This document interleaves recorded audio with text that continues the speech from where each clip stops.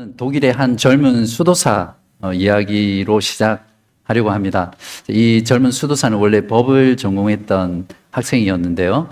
어떤 마음의 찔림을 받고 어떤 계기가 있어서 수도원에 들어갑니다. 그래서 그 수도원에서 온갖 고행을 하면서 하나님 앞에서 죄 용서받았다, 또 하나님 앞에서 의롭게 되었다라는 그 문제를 가지고 많은 씨름을 했습니다. 그래서 일주일씩 금식을 하기도 했고요.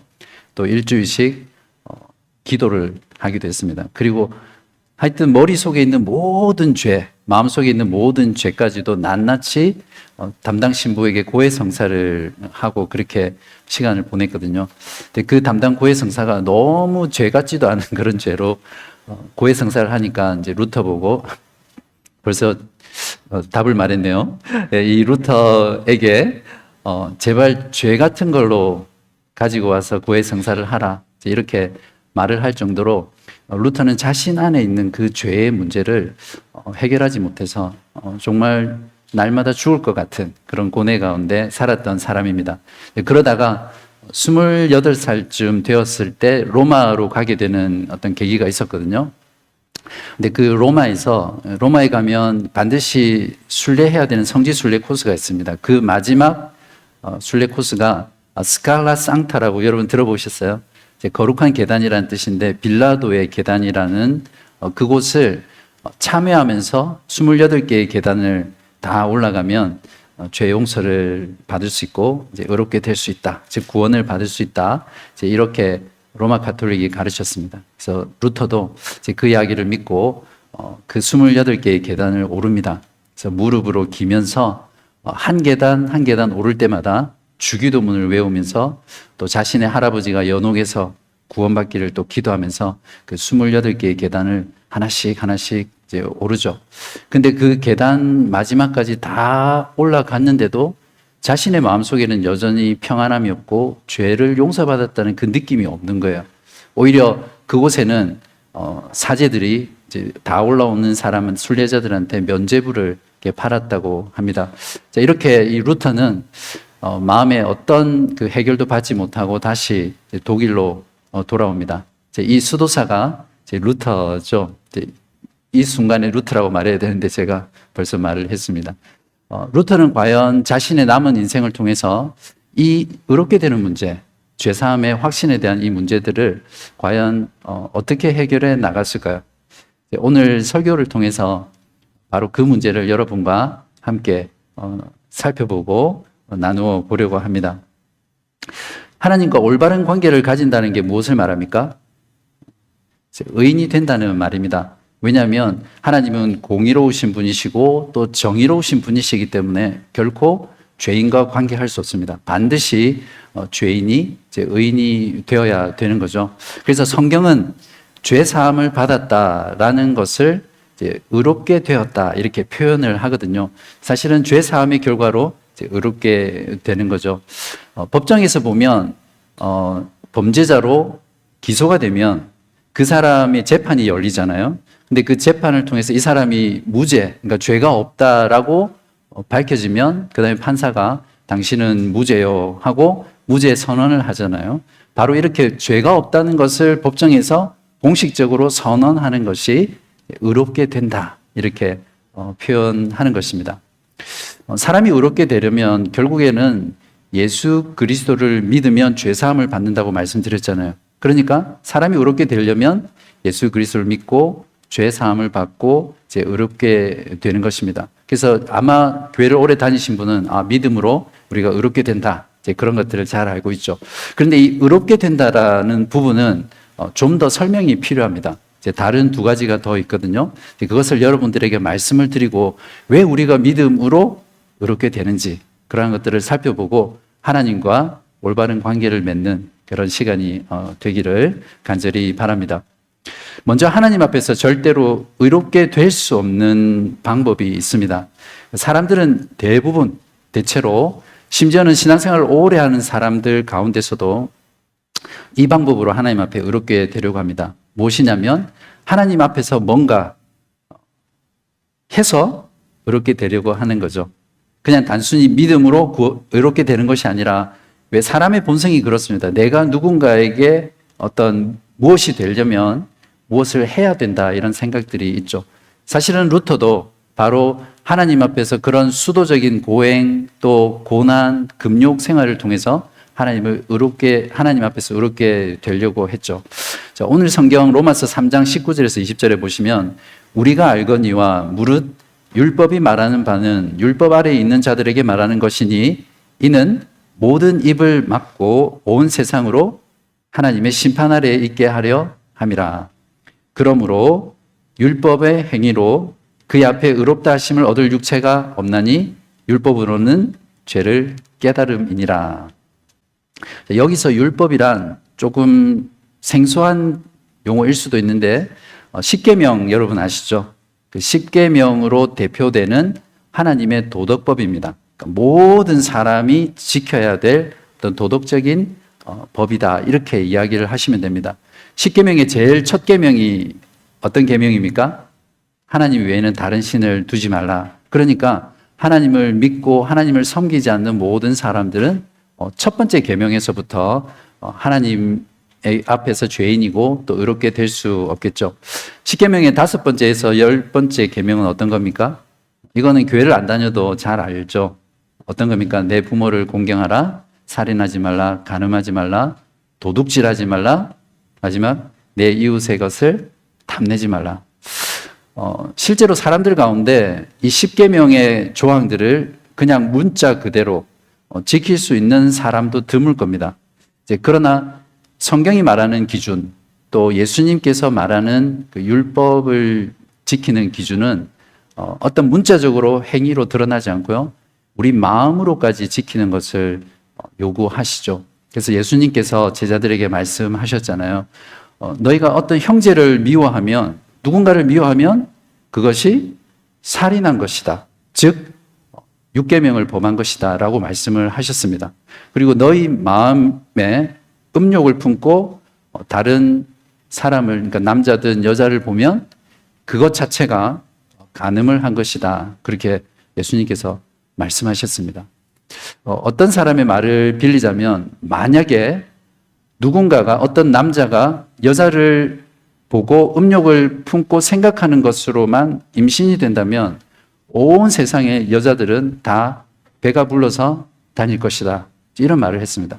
그러니까 이 세상 가운데는 단 한 사람도 율법을 지켜서 하나님 앞에 의롭게 될 수 있는 사람이 아무도 없다는 것을 성경이 분명히 말을 합니다. 그래서 로마서 3장 말씀에서 율법의 행위로는 아무도 의롭게 되지 못한다고 합니다.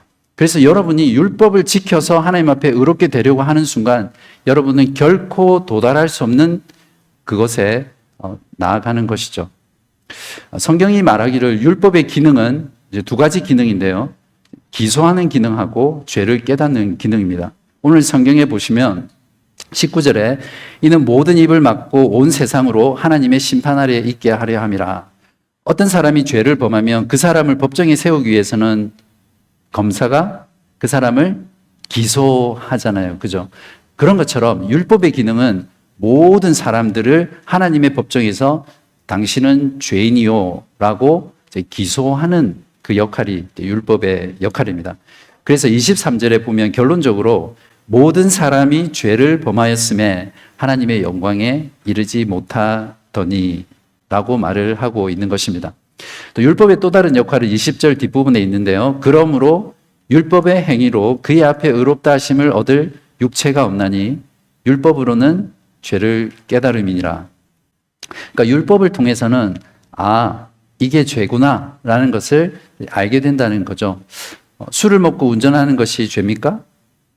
네, 만약에 술을 먹고 운전하는 음주 운전이 죄가 아니라면 아무도 이것을 죄라고 생각하지 않겠죠. 죄라고 깨닫지 않겠죠.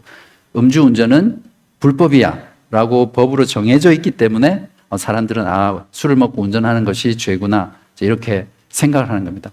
이것이 율법이 존재하는 기능입니다. 모든 사람을 하나님의 법정에서 죄인으로 기소하는 것이고 또 사람들에게 내가 죄인이구나, 내가 하는 모든 행동들이 죄구나라는 것들을 깨닫게 하는 것입니다. 그러니까 율법으로는 그 누구도 하나님 앞에서 의롭게 될 수 없다는 것을 성경이 우리에게 잘 말해줍니다. 그렇다면 율법으로 의롭게 될 수 있는 사람이 하나도 없다면 우리는 어떻게 하나님 앞에 의롭게 될 수 있습니까?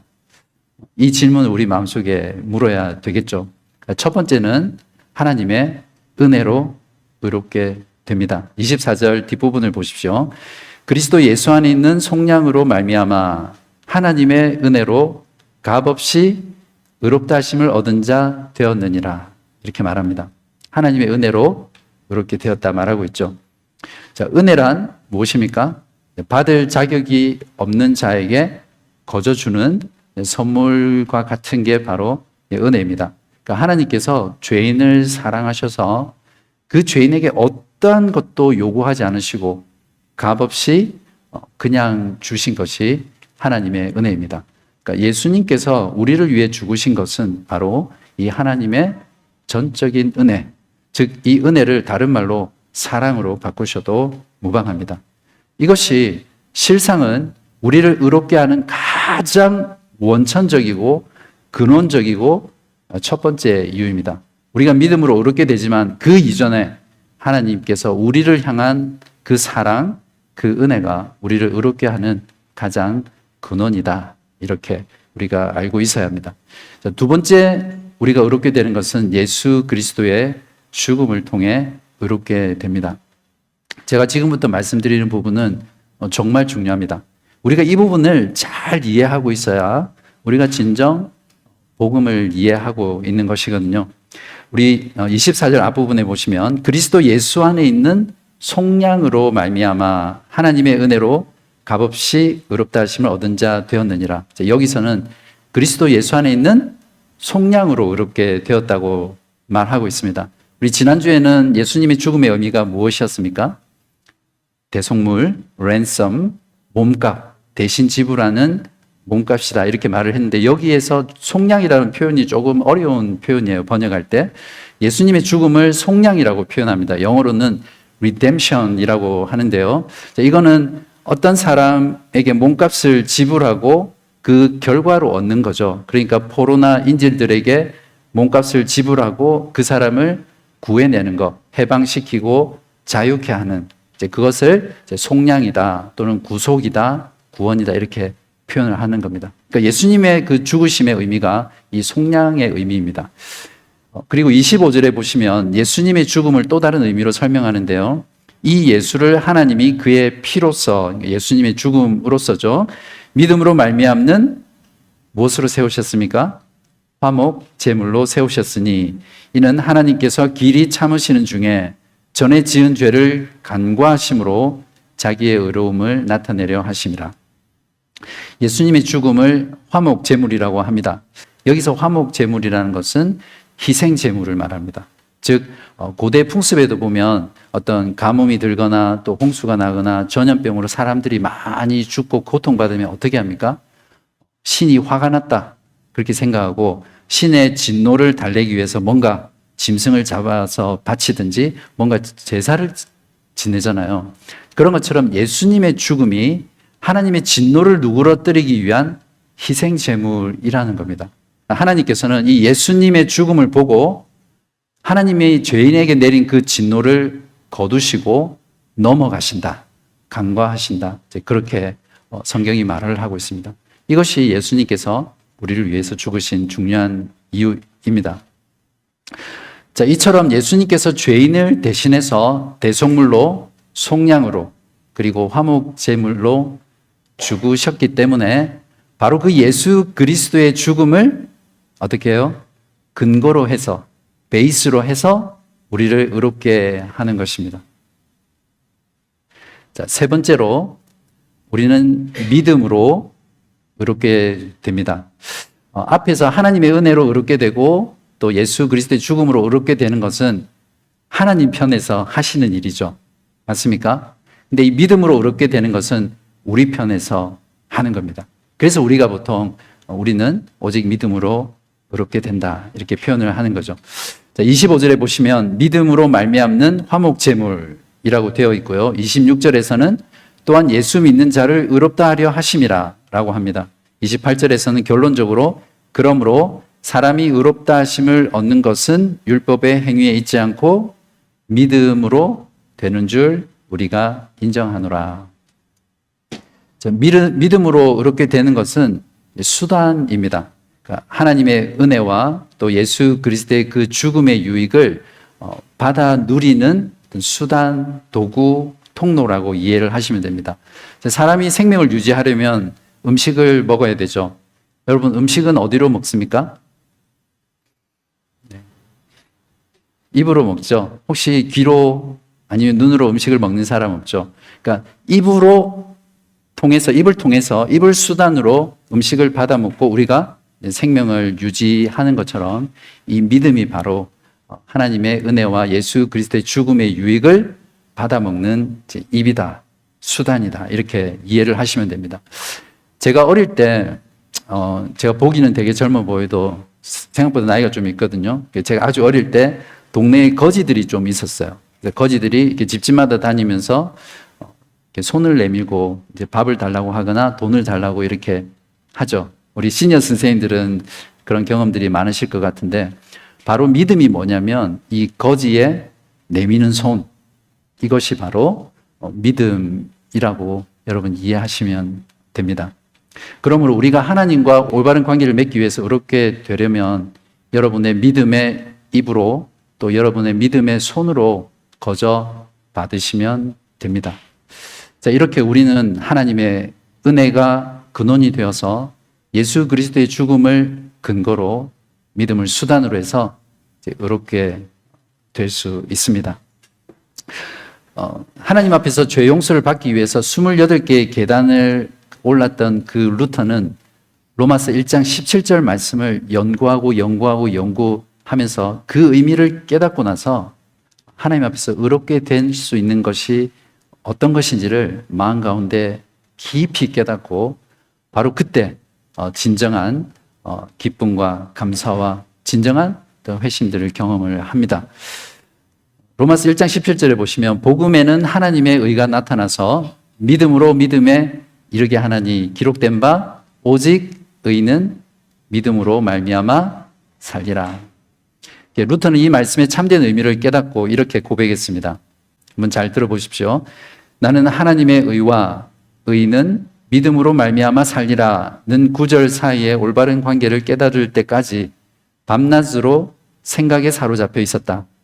결국 나는 하나님의 의라는 것이 순수한 은혜와 자비를 통하여 믿음에 의해 우리를 의롭다고 하시는 바로 그 의를 가리킨다는 사실을 발견하였다. 여기에서 나는 완전히 새롭게 태어났고 열린 문을 통해 낙원에 들어가는 것 같은 것을 느꼈다. 아마 여러분 중에도 이런 경험들을 하신 분이 있을 겁니다. 저도 개인적으로 제 별명이 바리새인이었거든요. 굉장히 율법주의자였고 뭔가를 지켜서 하려고 하는 그런 성향이 강합니다. 그래서 어떤 죄를 지으면 그 죄 때문에 너무 괴로워나 하지만 내 마음속에 죄 용서 받았다는 확신이 없는 거예요. 그때 하나님의 복음의 말씀을 통해서 내가 그리스도 안에서 모든 죄를 사함받고 의롭게 되었다는 것이, 내가 하나님 앞에서 올바른 관계를 맺기 위해서 어떤 무엇을 할 필요가 없다는 것을 이제 깨달았을 때 루터와 같은 경험은 아니지만 정말로 제 영혼 속에 어떤 광명이 찾아오는 그런 경험들을 했습니다. 아마 여러분도 그런 경험들이 있으리라 생각합니다. 그렇다면 믿음으로 하나님과 올바른 관계를 맺은 사람이 구체적으로 실제적으로 삶에서 어떤 모습으로 나타나는 것인지 우리가 살펴봐야 되겠죠. 성경에 보면 우상을 섬기며 살다가 예수 그리스도를 믿고 그리스도인이 된 데살로니가인의 이야기가 성경에 나옵니다. 데살로니가라는 곳은 고대 로마 제국의 속주였던 마케도니아의 수도였는데요. 그리스에서 두 번째로 큰 도시였습니다. 이제 지금은 그리스의 도시죠. 이제 그림에 보시는 것처럼 이제 저기가 데살로니가인데요.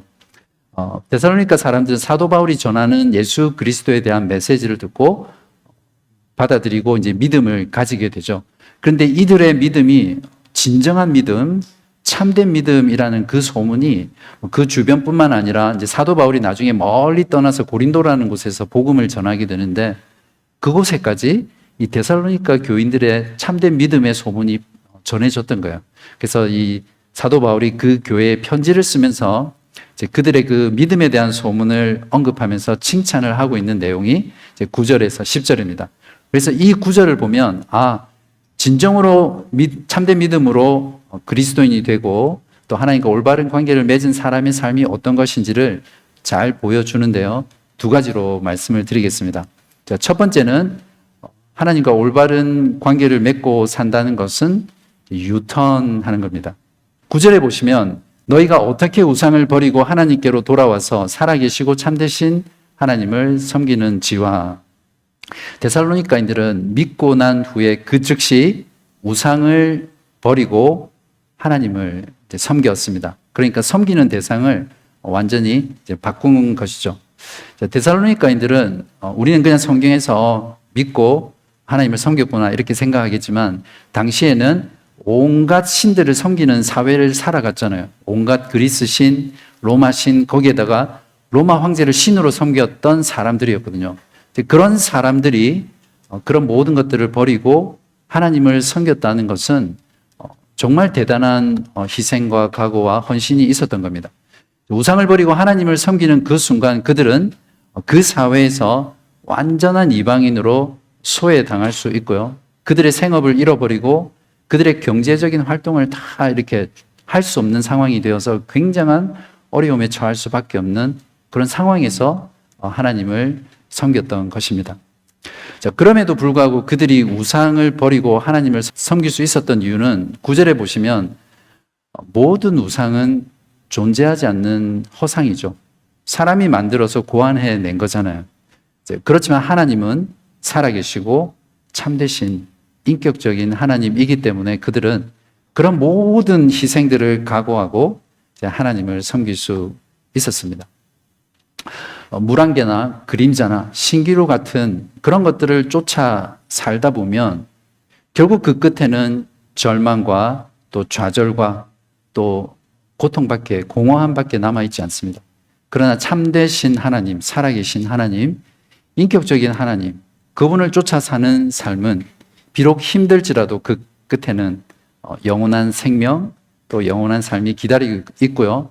또 그 하나님을 섬기는 그 삶의 과정 동안 기쁨과 또 감사와 또 즐거움이 충만한 그런 삶을 살아갈 수 있습니다.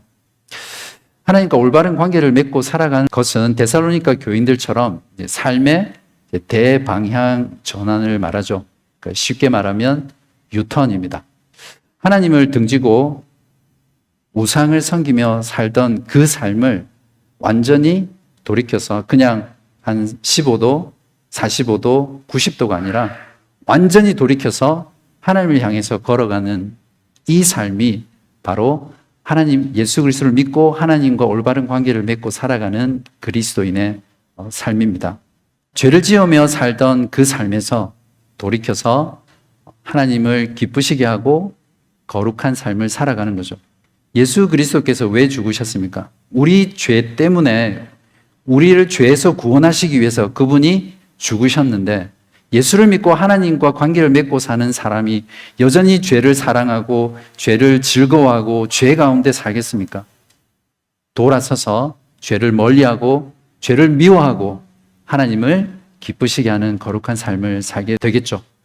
이러한 삶이 분명히 내 삶 가운데 나타나지 않는 것은 엄밀히 말하면 아직 하나님과 올바른 관계를 맺고 있지 않다는 것을 증거해 주는 모습입니다.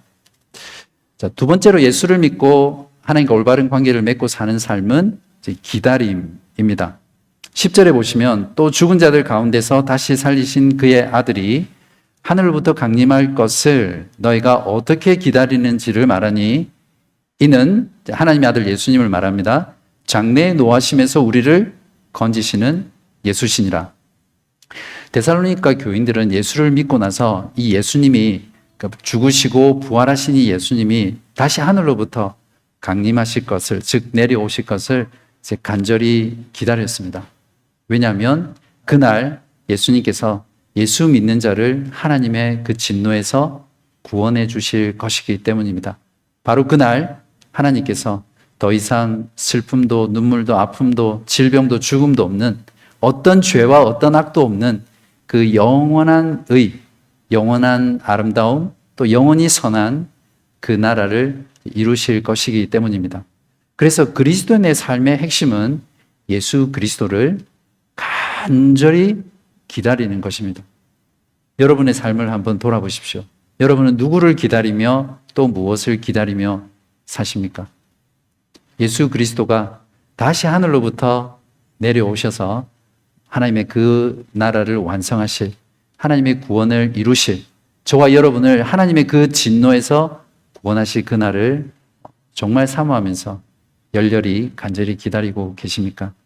자, 이렇게 유턴 또 기다림이 그리스도인의 삶의 핵심이고 또 예수를 믿고 하나님과 올바른 관계를 맺는 사람들의 삶의 모습입니다.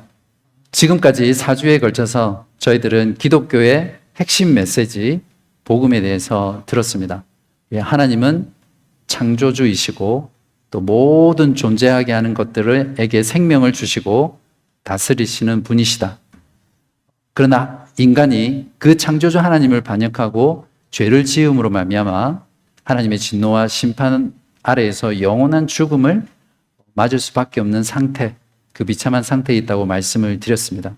그러나 하나님께서 은혜로, 사랑으로 죄인을 구원하시기 위해서 하나님의 아들 예수 그리스도를 우리 대신해서 죽게 하셔서 우리의 대속물로, 우리의 속량으로, 우리의 화목제물로 죽게 하셨습니다. 그래서 하나님과 올바른 관계를 맺으려면 어떻게 하면 됩니까?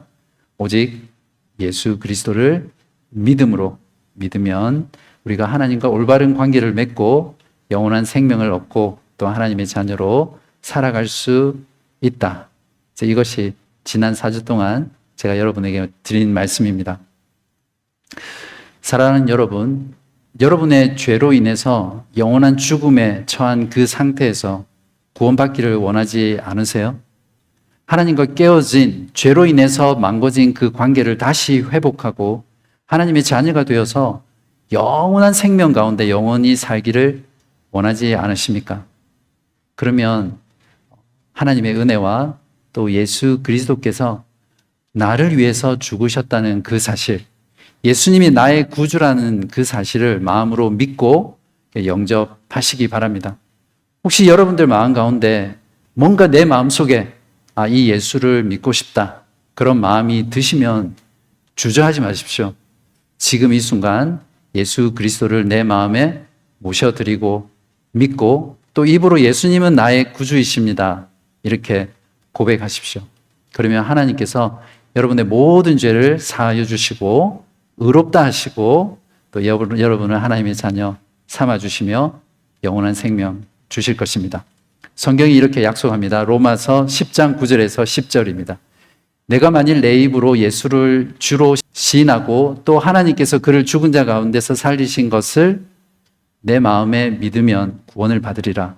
사람이 마음으로 믿어 의에 이르고 입으로 시인하여 구원에 이르느니라. 여러분 가운데 이제부터 예수 그리스도를 나의 구주로 영접하고 또 그분을 나의 구주로 시인하면서 입으로 고백하면서 살기를 원하시는 분이 계시다면 함께 하나님께 기도하기를 원합니다. 그리고 바른교회 성도님들도 이미 예수를 믿고 있기 때문에 이 기도문을 같이 읽으면서 우리의 마음을 하나님께 고백하겠습니다. 하나님, 저는 하나님 앞에 설 수 없는 죄인임을 고백합니다. 저는 하나님의 선물인 영생을 받을 자격이 없습니다. 하나님께 반역하였고 하나님을 무시하며 살아왔습니다. 저를 용서하여 주십시오. 저의 죄를 용서하기 위해 하나님의 아들을 보내시고 저를 위해 죽게 하셨으니 감사합니다. 또한 그분께서 부활하셔서 저에게 새로운 생명을 주심에 감사드립니다. 이제 저를 용서하여 주시고 변화시켜 주셔서 예수 그리스도를 저의 삶의 주인으로 모시고 항상 하나님께 순종하는 삶을 살게 해 주십시오. 예수 그리스도의 이름으로 기도합니다. 아멘. 혹시 지금 결단하시고 하나님께 이 기도를 하지 못하셨다 하더라도 제가 주보에 기도문을 실어 드렸거든요. 집에 가셔서 또 언젠가 여러분의 골방에서 그 기도문을 꺼내서 하나님께 기도하시기 바랍니다. 제가 기도하겠습니다. 하나님 아버지 감사합니다. 오늘 말씀을 통해서 우리가 어떻게 하나님과 올바른 관계를 맺을 수 있는지 들었습니다. 우리의 그 어떤 행위로도, 우리의 그 어떤 노력으로도 결코 하나님 앞에서 의롭게 여김 받을 수 없다는 것을 알게 하시고, 오직 하나님의 은혜와 예수 그리스도께서 나를 위해 죽으신 그 죽음 때문에 그것을 믿음으로만 구원받을 수 있다는 이 사실을 우리 마음 가운데 굳게 붙잡고 매일매일 하나님과 올바른 관계를 맺으며 살아가는 저희 모두 되게 하여 주시옵소서. 아직 예수 그리스도를 나의 구주로 마음에 모시고 또 믿지 못하는 분들 계시다면 하나님의 성령께서 그 마음을 주장하여 주시고 그 마음을 부드럽게 하여 주시며 그 마음 속에 진리의 빛을, 복음의 빛을 비추어 주셔서 어둠 가운데서 빛으로, 죽음 가운데서 생명으로 옮기는 놀라운 생명의 역사 있게 하여 주시옵소서. 그리하여 우리 다 함께 예수 그리스도께서 다시 올 것을 기다리며 이 땅에서 우상을 섬기던 삶에서 돌이켜서 하나님을 향해 달려가고 하나님을 바라보며 섬기는 복되고 아름다운 삶 모두 살아갈 수 있도록 우리 주 예수 그리스도 이름으로 간절히 기도합니다. 아멘.